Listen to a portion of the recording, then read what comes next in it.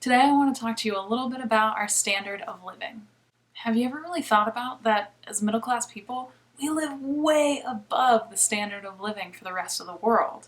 Here in the United States, we use a massive amount of resources. We have huge houses, we have huge cars, we eat a ton of food. We use up so many global resources. We're using a ton of fossil fuels. So there's a story that I want to use to illustrate this point just a little bit.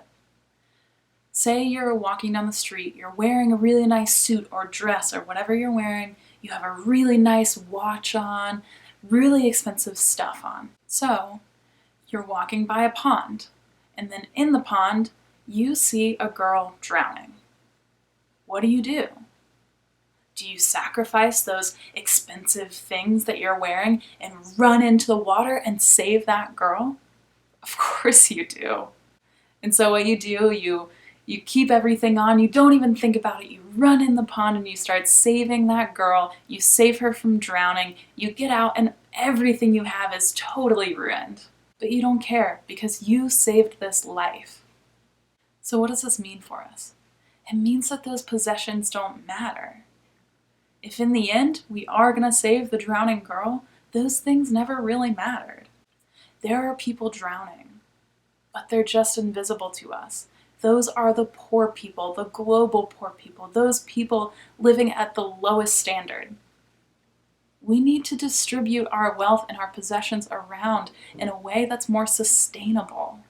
We can live at a much lower standard and still sustain ourselves. Now, I'm not saying go out and sell everything you have and sell your car, sell all your jewelry, sell all your belongings, and give it to the poor. You're gonna save the world. No, I'm trying to tell you that as you grow into an adult, maybe you're my age, maybe you're a college student, as you make decisions with your life, make the decision to have a lower, slightly lower, and comfortable standard of living. You can still live in comfort without having a huge house and maxing out those resources that you use. Just because you have more money doesn't mean that you're entitled to all the resources you want. Those resources are shared throughout our entire planet. We have no more right to them than any other person on the planet, except we have more money. So what are some ways right now that you can help with this problem? Well, you can start trying to analyze the ways that you have a standard of living. What is your standard? And how can you lower those standards slightly to where you're still comfortable, but you can give up a couple things?